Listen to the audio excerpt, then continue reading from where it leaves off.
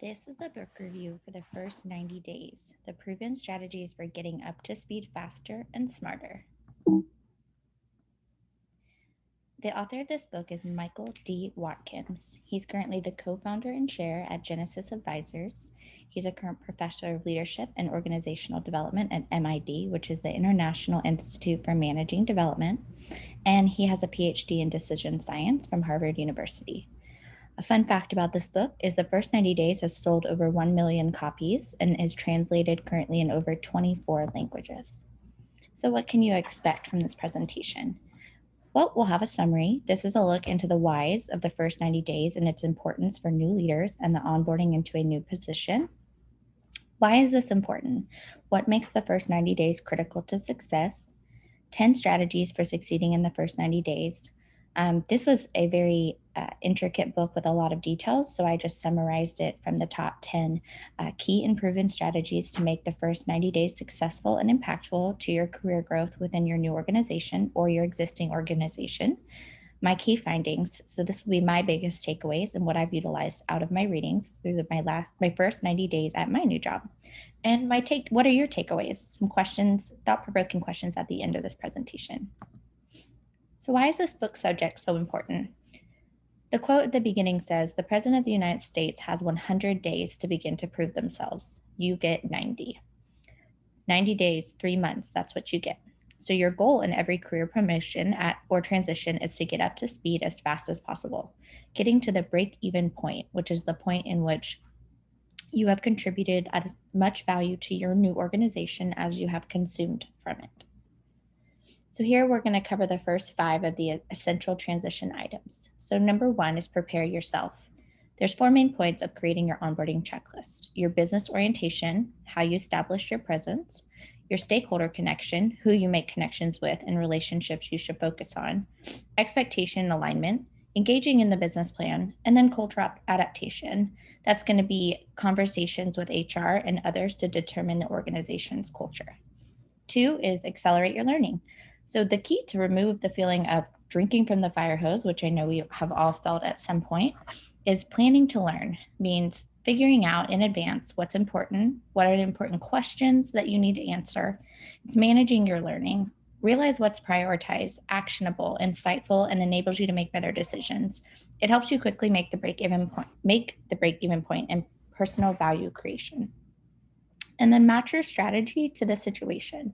We'll cover the STARS model a little bit more in depth further in the presentation, but you'll want to use this model to identify the aspects of the team and situation you're taking over: startup, turnover, accelerated growth, realignment, or sustaining the success. It's important to understand what type of team and business standpoint you're taking over. Once you do, you can identify the way you're going to match the situation to the strategy. Negotiate success. Number 4, being able to identify what your boss looks for in the conversation. Owning the experience you make for yourself and your boss. Don't stay away, don't surprise, and don't only approach with the problems. You don't want to identify checklist problems and expect your boss to change for you and your communication style. You have to identify what your boss's key interests are and adapt and learn those. 5 is secure early wins. It's important to identify the goals, but be sure you understand what is important to your boss and make sure you're creating goals and successes that align with those goals and what's important to him or her. Understanding your reputation is key with this. Know how you're going to reflect to others, especially your peers. This is time to engage and build credibility.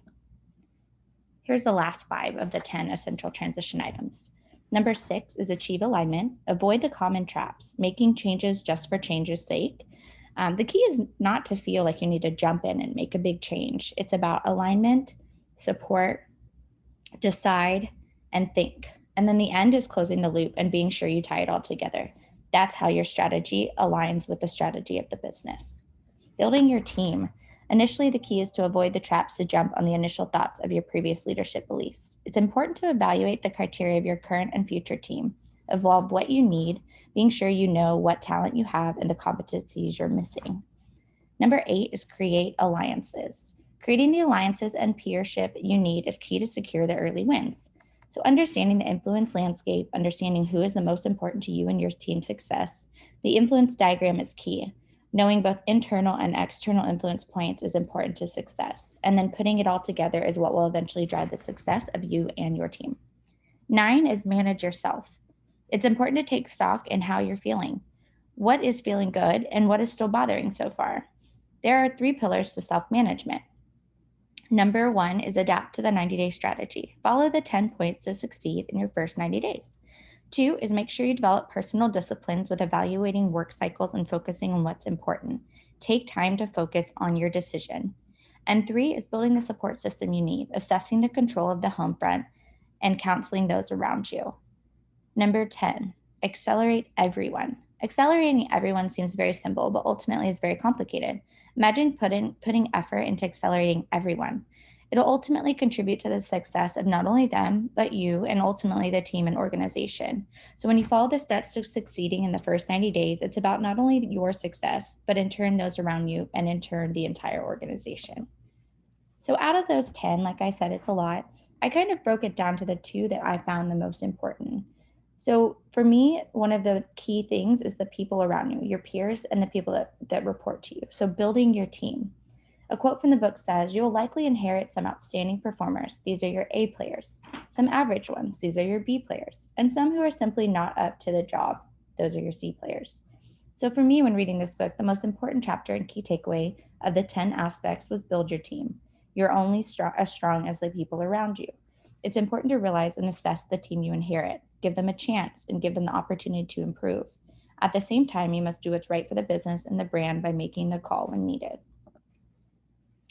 Here's where we're going to deep dive into the STARS model. STARS model of match your strategy to your situation. So that's know how to approach the situation and know what situation you're in. So although there are 10 key elements to making you and your team's first 90 days a success and beyond, a few stand out. One of the most important parts is the STARS strategy. So to identify what situation you're in, you have S, which is for startup. A challenge with a startup could be, building the strategy, the structure, the systems, kind of from scratch. But the opportunity could be you can do things right from the beginning, and the people around you are energized, and there's no rigid preconceptions. And then you have turnaround. So the turnaround is saving a business or initiative that's looked at as in trouble. It's re-energizing those demoralized employees and other stakeholders and making effective decisions under pressure. So the next is accelerated growth. Accelerated growth is managing a rapidly expanding business, putting in place structure and systems to permit scaling. You've all heard of the situations where companies grew too big too fast and they didn't have enough processes and procedures in place. Then you have realignment, re-energizing a previously successful organization that now faces some issues. We can imagine that that's happening quite a bit right now in COVID. And then you have sustaining success. So that's preserving the vitality of a successful organization and working to take it to the next level. So you will approach each situation differently depending on what stage the business or team or project you're coming into is at. Here's a summary of each one of those. And then to wrap up, I have 4 thought-provoking questions. We've all been in the situation of the first 90 days, whether you've been at the same job your whole career or whether you've switched around a few times or gotten promoted. So what's been your biggest challenge when taking on a new opportunity? Have you ever used one of these strategies? And if so, which one? Which element of the first 90 days do you believe is the most important? And what is your biggest takeaway? Thank you so much for listening, and I hope you have a great day.